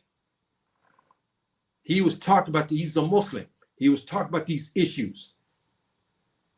He was talking about issues that when he went to a restaurant, there was girls, and he said he saw these girls here and they kept watching him and smiling. And he said that one had very short dress. Every time she moved her legs, you could see her underwear. So he said, to kind of turn his head, but he couldn't because of the way the table was situated. The girl kept opening her legs back and forth, hoping he would watch her because he could now see her underwear. He was talking about issues like this. But when he met his wife, that's his daughter, excuse me. When he met his wife, she was not like that. She was, covered up to a degree, but he saw her personality. He said he fell in love with her immediately. Even though he was in college, they married because he said that she told him, I want to save you, my husband, because she know in this day and age now, how crazy it is with the girls, how crazy it is. They showing themselves. He said, he sit at the restaurant, he said the three girls come over there, variety of young girls. He said one had a short dress. She kept going, her leg moved right, left, and each time, and she opened her legs so he see her underwear. And he talked to her and told her, I'm very strong, but sometimes I get weak. So they married. And some years later, his daughter come out and the brother's happy. But he married a Muslim girl and she did not present herself like these girls I showed you. So he was saved. So brothers and sisters, these are issues that I wanted to bring up to you because I think it's important that we have that. Oh, yeah, they adapt, African American should adapt, but in the same time, they should respect my religion as a Muslim. Yes, my dear sister. Inside the United States, we hear this all the time. We hear the African American men in particular, and even Africans coming over to the Americas, they don't have enough Muslimas to marry. They don't. This is why you see many clubs and so forth where men are now leaving, African American Muslim men are now leaving America, going to Africa or going to Asia especially, and into Europe, to Asia to find Muslim wives. Because they can't find them inside the United States because the United States is a big country and only is like 9-10 million Muslims in there. I don't know what the ratio is of girls, but it's not easy to find a Muslima to marry inside the United States. That's why it's important for our African fathers, Baba, you're sitting in Nigeria and in Ghana, you train your son. Because if you don't train him, this, he could find, and we have these problems where they have, got in trouble. And like our brother said in this situation, he was bombarded and we're men and he's a young man. How would you like it as a young man? Your son is sitting there. He's a young man. And he's a Muslim. He's straightforward. He goes to a restaurant and he sees the young, beautiful girls come sit at the table adjacent to him. They all have short dresses on. When they sit down, you can see their underwear. This is what we talk about. This is a problem. This is a problem. How many Muslim young men got trapped into marrying girls like this because they could not find Muslims to marry? And they became weak and they started to have relations with girls like this. And they got themselves in trouble. We know some African Muslims married girls like this. And we know the horror stories where these beautiful girls they're married. They know that their husband is Muslim. They even took shahadatain. But because of the American laws, he's working now inside the United States. He disappointed his parents back in Abuja. He disappeared the parents there in the Gambia, who was expecting their sons to return back to the Gambia or to Nigeria. And he didn't find Muslims to marry. He goes to the university and finds a beautiful African American girl like this. And then he marries this girl. She swears that she's going to be a Muslimah. Once he marries her, she throws off the Islamic, thing. She doesn't, she fixes all kind of food. She leaves the house when she wants. She goes, steals with her friends. She receives phone calls from many different men. And now he's in trouble. And the proverbial that we hear that not only this goes for all. All white, black, Mexican, they marry a Muslim man. And then when the trouble begins to happen inside the house, when he said, look, we're Muslims, you must be respective and you must let me know that you're leaving the house. And you must give my permission. They laugh. They said, this is America. This is not Saudi Arabia. And they walk out of the house because there's no Sharia court to back you up. Or these three girls here, you marry one of these girls, and inside the house, you're getting ready to go to work. You're American, who turned to be a Muslimah only on surface. You can't get her to pray. You can't take her to court because there's not an Islamic court. So she doesn't have to pray. She told you she's going to pray. She never does.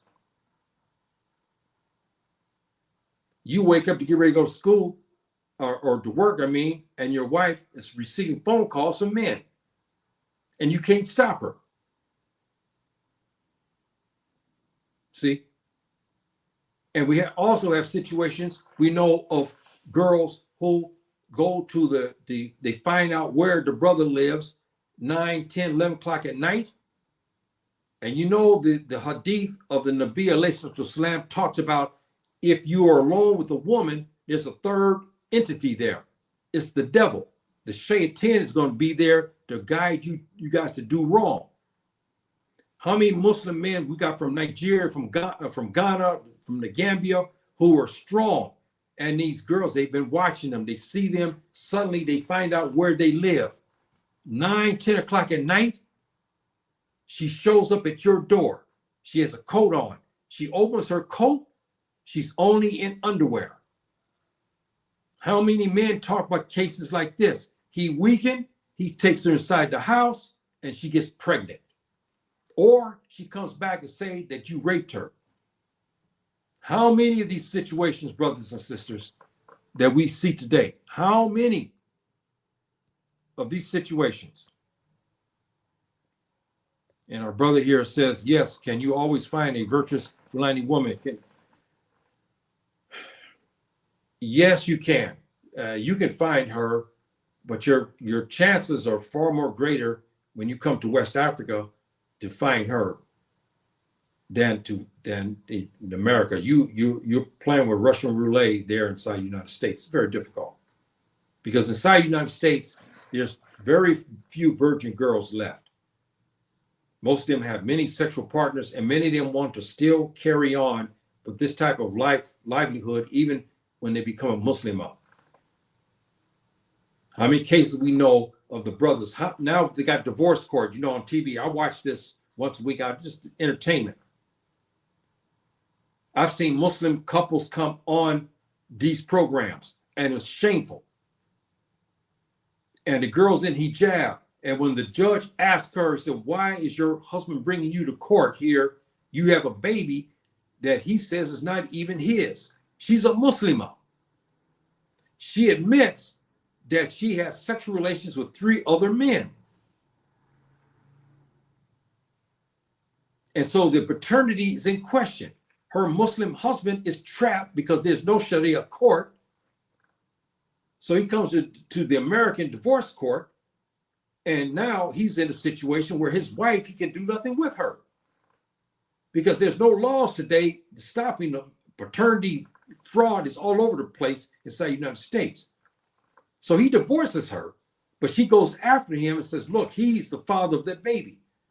So he goes to divorce court. They force a DNA. She swears that she never had sex with anybody else. Now the DNA results come out. It's not his baby. That means, and then she finally breaks down, okay, yes, I had sex with 3 other different men. These are Muslims, American Muslims doing this. And they're involving paternity fraud as well. They dragging Muslim men to court saying they are the father of their babies. When they take DNA, find that they're not. But their livelihood is destroyed because they have to pay for attorneys and so forth. So some even went to jail because they did not know they were sued by some girl who said that he's the father. So the judge issues a writ against him to seize his bank account. When he learns he has no money left because the girl the court, I don't know what happened. He never received a notice from the court that he must answer the summons in 30 days or he'll forfeit it. He now is going to jail because he didn't realize that he was sued. We have Muslim men who now getting caught like this. And they ran in trouble because they saw her and they began to have sexual relations with her. And he knows that she's probably running around because she's not staying with him. And one day he looks, here's 2 policemen come in there to arrest him for child support. Because she said he's the father because he makes good money. So they drag him to court. Or they put him in jail because maybe it's a big, big judgment on him. And then he goes to court and find out that this girl that he had relations with also had relations with other men. The DNA points to another man. It wasn't him. And the courts don't care. Even though she implicated him, she knew darn well that there was another man over here, or maybe she thought one of the other men over here that she was had relations with was, she knew that they were going to be the father. But she wanted to go after the Muslim because she knew he had a good job. She knew he's going to be there for her and for the child. So she picked him out to go after. And when it's found out in court that he wasn't a father, the courts don't do nothing to these girls. This is why it's a hellhole there inside the United States. It's why you have to have Islamic tenets. And like the brother said, he said that his wife told him she wants to marry with him to save him. This is why I say Islam is the answer. She was a Muslimah, a good Muslimah. Her parents are Muslims. She's born as a Muslimah. She saw him. She saw he's a nice looking Nigerian man. She didn't care about that. She saw him and she saw how he was acting. She saw how girls were throwing themselves at him. He was warding it off. But she also knows he's a man. So she decided that she is going to would marry with him. And they married and they have this daughter. So this is one of the good stories, but there's a lot of stories where these girls here drag you to court, man. And when they know you got a good job and you reject them they want that money. They want you to take care of them. When you reject them, then they file a police report against you. And many of them sitting in jail today for false charges. These girls throw themselves at you at the restaurant. They throw themselves at you at the university. You start to have free sexual relations with 3 of these girls. You take them out. You take one of them out of here. You have relations with her. The 2-bob girl, you have relations with her. And then all 3 file charges on you.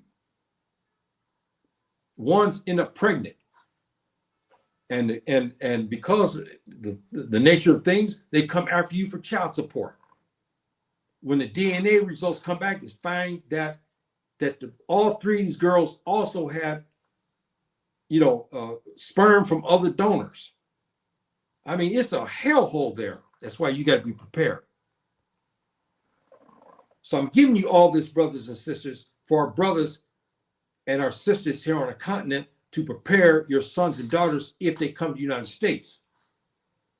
And our sisters have particular problems because our young sisters who are jet black in color, like this cocoa color, have problems inside the United States where her color is now a disadvantage. We don't want her psychologically to start to get damaged because you see everybody's going after the light-skinned girl. We don't want to see this happen. So you got to prepare her and say, look, my daughter, when you come to the United States, they're going to look at you and they're going to, African Americans may not be too fond of you. The Tuba definitely not going to be fond of you. The men most likely won't want you because they look at you as too black. It's funny. And you know what's funny about this too situation? Hold on there. I'll get to your comment. African American men are coming over to the continent, right? Here's the funny dynamics to this. This is funny. Think about this, okay? Let me show this picture again. Oh, here we go. Here we got our sister here. This sister leaves to come to the Americas. Most African American men will ignore her. Okay? Okay, she's had hijab. We know the Muslims, we're not talking about, but I'm just sure as a guide here. Yet and still, when African American men leave the United States and come to the continent, they marry girls like this. Now go figure. The girl leaves Nigeria, black like this, she can hardly find a husband. But the same men who reject her inside the United States come over to Nigeria and they marry girls, African American men, who are normally 2 times, 3 times darker than themselves. Now you go figure. It's very, very interesting. Very, very, very interesting dynamic. It's very, very interesting. Okay, we got here versus those who are right hand possessed. Yeah, well, that's a different situation. We're talking about wartime. We're talking about that's a different situation under Sharia law. This is not part of Anfal. This is part of the war situation where you have the rule of the Sharia says that when you have you at war and you do not leave the women to fend for themselves if their men folk ran away or their men folk are being killed off, you're not to allow her to sit there and starve to death. So you take her in your household. This is what the right hand possess and so forth, talking about the sexual relations if she agrees to that. But that's a totally different issue altogether and whatnot. Everybody say, oh, yeah, you got it. Okay, yes, you understand that. Yeah, because we have Islamic rules, but even that, you see the wisdom behind that? We're saving the girls. Here, we're not talking about taking advantage of the girl. We ravage the girl and beat her and all that. We cannot. But you take her in, you feed her, and you're responsible for feeding and clothing her. If she agrees, she will have relations with you. She could have relations with you, and you're okay under the Sharia because she's under your household, even though she's not a Muslim. But yet and still, hopefully she would come to Islam. So these things like this, why Islam, again, is a much better situation than if not Islam. See, and you think about this, brothers and sisters, because, and I'll be closing here. A situation like this, you have 3 young girls, 19, 18, 19, 20-year-old girls, right? Here you had a wartime. These 3 girls are left out to fend for themselves because their parents are dead, or their father is dead, or their fathers ran away. They're left in a war zone where now they have no protection, where they can be ravished. Men can find them out on the street and take them. We know this happens many times. We know that. We know what men do. Under Islam, our brother can time of war, can go to take these girls, put them in his household and protect them. He's responsible under the Sharia to feed them, clothe them, and to protect them. In the process, if they agree to have relations with him, they can. This is the beauty of it. But the same three girls not protected under the war clause, we're not in time of war, you cannot as a Muslim man have sex with these three girls. You can't go to an apartment and then bring the three girls to the apartment, live with you, and you have sexual relations with them. That's not right. The right hand possessed. That's not the rule there. This is pure fornication, and it's outlawed. It's not zina, because zina you have to have four witnesses. This is fahisha. Well, we call this in the Sharia. This is fahisha, where you don't have four witnesses, but you have a Muslim man sitting in his house. He has three girls, and you don't have four male witnesses to watch this, but you have sexual relations with these three girls. You cannot. But in time of war, they're left to defend themselves. They're out there in the open. Nobody's protecting these girls, 19, 20 years old, but you have the means, so you take them in your household. If they agree, they can have sexual relations with you. That is approved under war clause, but not when it's not war. You cannot do it. And we have men who are confused about this. I saw the study. The guy was in France, I think it was. He, very handsome Muslim young man, got money. He began to take girls, not Muslims, who were non-Muslims, and brought them inside his house. And they lived with him. He had sex with them. He said that he was approved under the Sharia because we have the right hand possessed law. It was not true. The scholars straightened him out quickly. He said, this is not a time of war. You can't take the girl off the street because you want to have sex with her, and you bring her inside the apartment, and now you say you possess her because she's a maid, she cleaned your house. You can have sex with her. You cannot. So that's a different situation. But I wanted to bring that to you because those dynamics happen. But brothers and sisters, I'm getting close to here. I talked long today. I'm surprised I talked this long today on this topic. I thought it'd be a shorter topic, but please go over this. Please spread this. And if any of you have difficulties, please let me know, because again, I got a plethora of people saying they never get any announcements or anything. And I know that a lot of people are trying to watch, want to watch a program, but they can't find it or whatever the situation be. I've complained vigorously to YouTube about this. If any of you have any problems, please drop me a line to tell me about that, so I can complain to YouTube. Or if you see this, you play it the next day and it's preempted where it's removed. You click it, it shows 5 minutes and it's preempted. Please let me know. Please let me know, brothers and sisters. Please let me know. We have a copy is here. Yes. Yes, this is about the Sharia law. Yes, it's very pointed, but it's very easy to understand. And that's the beauty of our religion and whatnot. And this is what makes it so good. Yeah, I never get. You know what? See, this is what I was talking about. See, and I don't understand, and I asked YouTube repeatedly. I know I have over 1,000 subscribers. 90% of them don't get notifications at all, none. And I don't know what to do. I wanted to open up a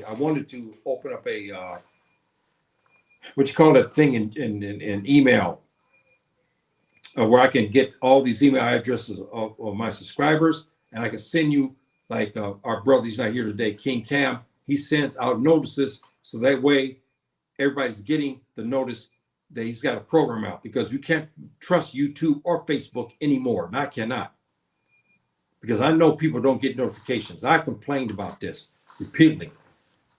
And I wanted to open up like an email mailing list, and then that way people would send me their emails, and then when it's time for a program, I can flash the thing to them, and that way they'll get it, because they're not getting it from YouTube. And this is really, really a shame. So, brothers, in a nutshell, now we'll be closing here. In a nutshell, our problems inside America is many. We have African sisters who are bleaching their skin so they become lighter skinned, and I talked about that.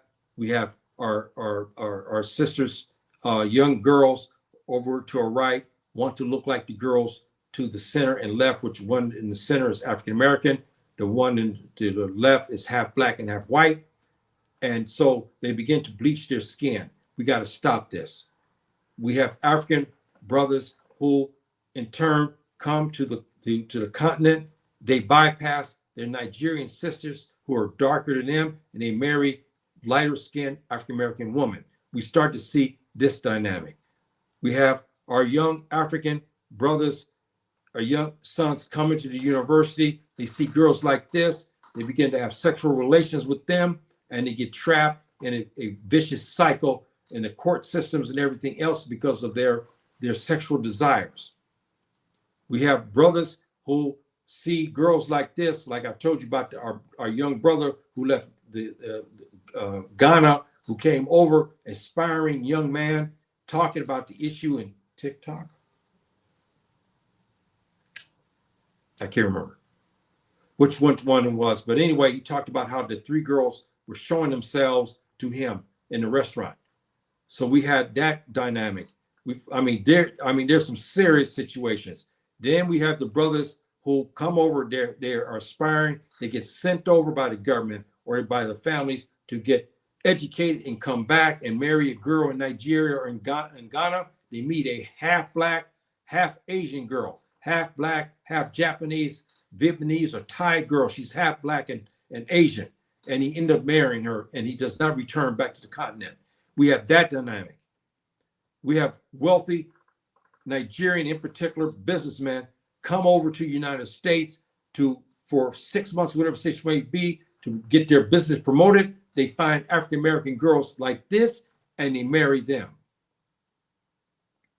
See, we have all these dynamics taking place. They end up marrying these girls who they find because they're smart as a whip, and so forth and so on. They end up marrying these kind of African American women.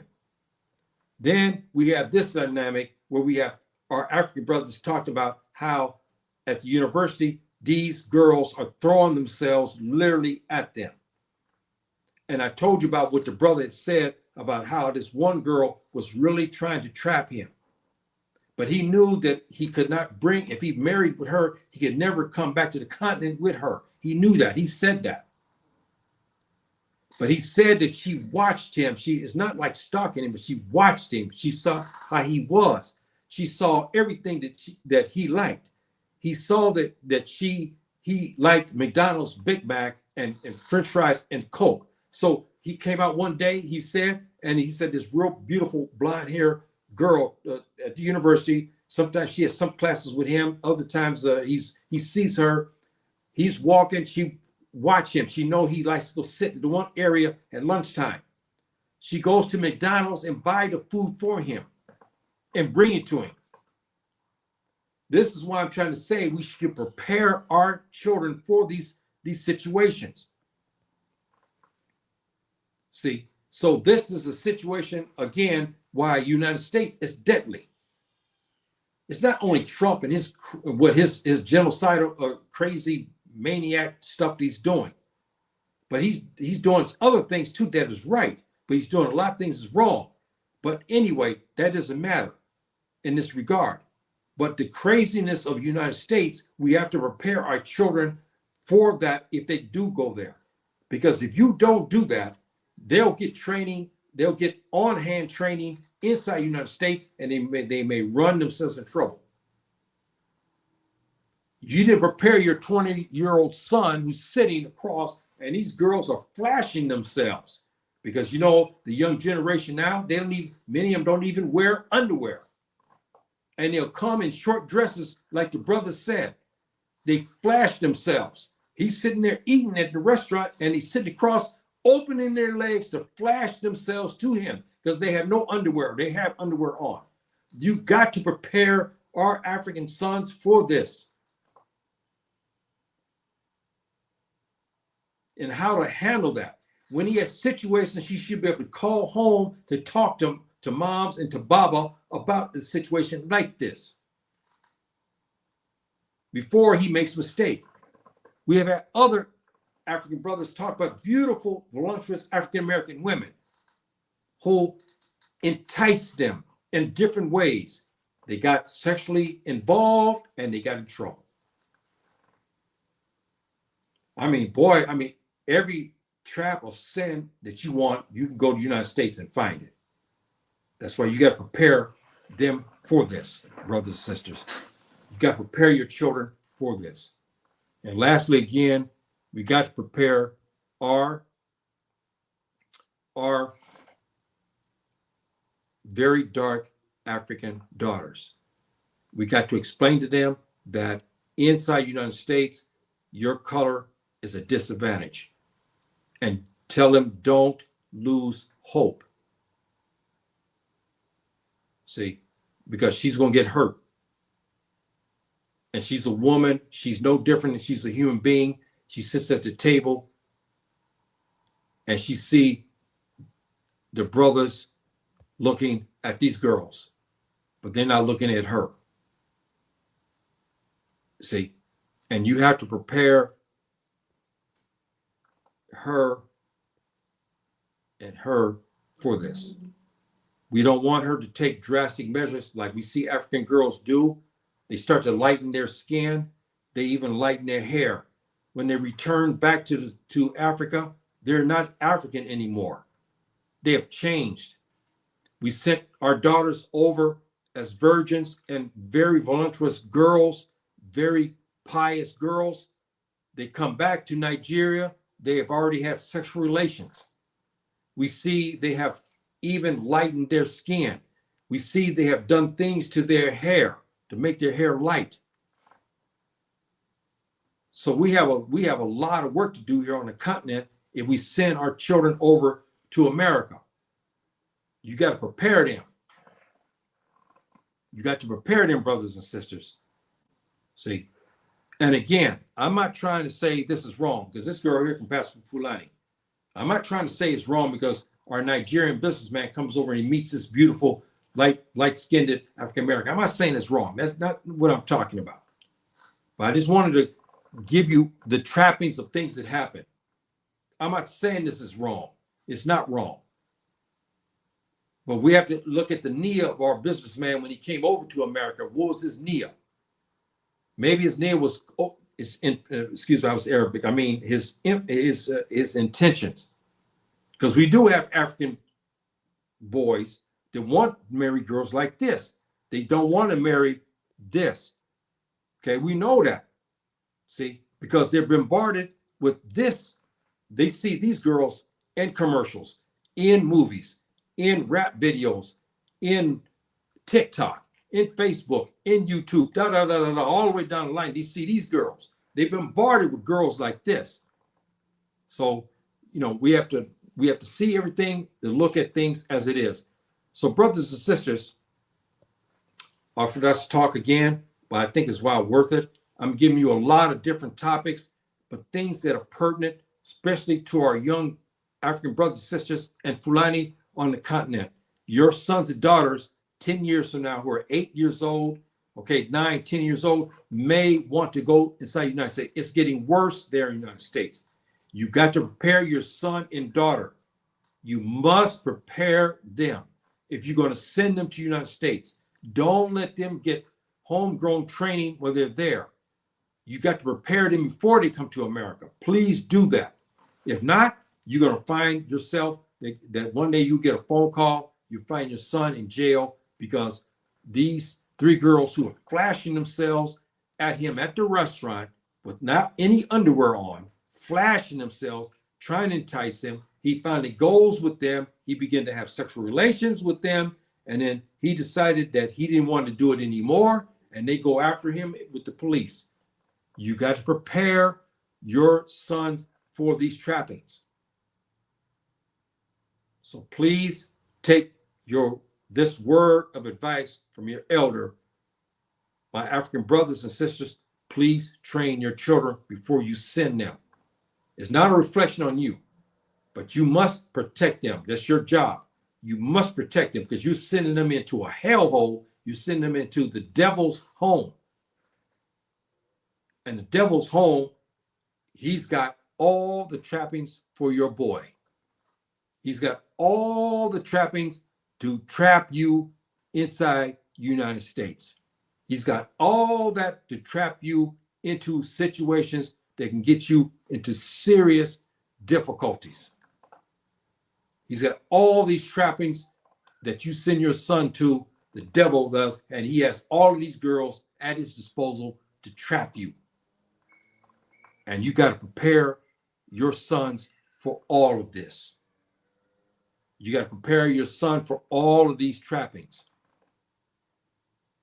And how does he act when you have a very nice girl like this who watch you? She's stalking you because she wants you, and she knows that you go to McDonald's on Wednesdays and Thursdays after class. She watch you. She knows what you buy. And one day your son walks out of class. He goes to his favorite area where there's a tree to sit there and read a book and eat his lunch, sometimes McDonald's food. And this girl, this beautiful white girl, two-bop woman, comes over to your son and gives him the McDonald's meal that he normally eats, the Coca-Cola with Big Mac and fries, because she studied him. See, he doesn't know what he's bargaining for the minute he sleeps with her. He doesn't know if this girl's crazy and she's going to turn him over to the police. He doesn't know this girl is going to accuse him in the paternity suit when she deliberately goes after him because she knows that he's going to be a good provider because he's going to graduate and work somewhere very well.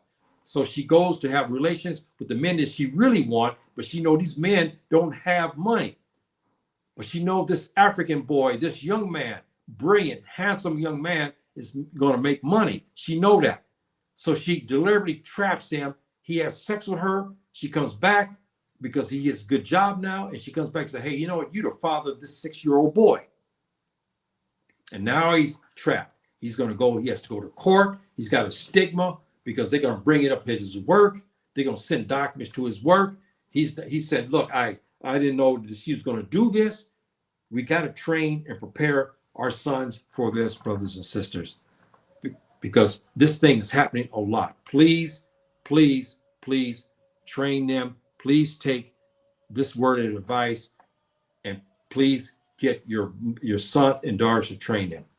If you got very, very dark-skinned sons and daughters, please prepare them. If you send them to America, that your color is going to be a disadvantage to you, be a demerit inside the United States. Please train them to withstand the onslaught that is most likely is going to happen. Please understand that and train them. So this is long talk, but I believe it is worth it because I talk about issues we all know what's happening. We hear these things, but nobody talks about it as though it don't exist or it's too dirty. We don't want to talk because it's too hurtful, but we got to talk. So today I decided to talk about this topic. And I didn't want to offend anyone. If I offended somebody, please forgive me for that, because it's not what I'm trying to do. This is educational purposes, the pictures and so forth and so on. I'm not accusing American women of all being bad. That's not what I'm trying to say. We know what's going on inside the United States, but I'm trying to help our African brothers and sisters because they are running into problems inside the United States, sexual related issues, and also psychological issues because they're much darker than everybody else, and people tend to get away from them. They have less friends. They can't find husbands and wives because of their very dark skin. You have to prepare these children for these inequities that happen there in the United States because of your skin color when you come from the continent. You must do this, or you'll have a destroyed son or daughter when they return back to Nigeria. They may not be the same anymore as you sent them over because they have been damaged because over there, the colorization has destroyed them, or the sexual nature of things oversight has destroyed them there. So please, brothers and sisters, with that word, I'll leave you with these beautiful words of Jannah. Salam alaikum. Rahmatullahi wa barakatuh.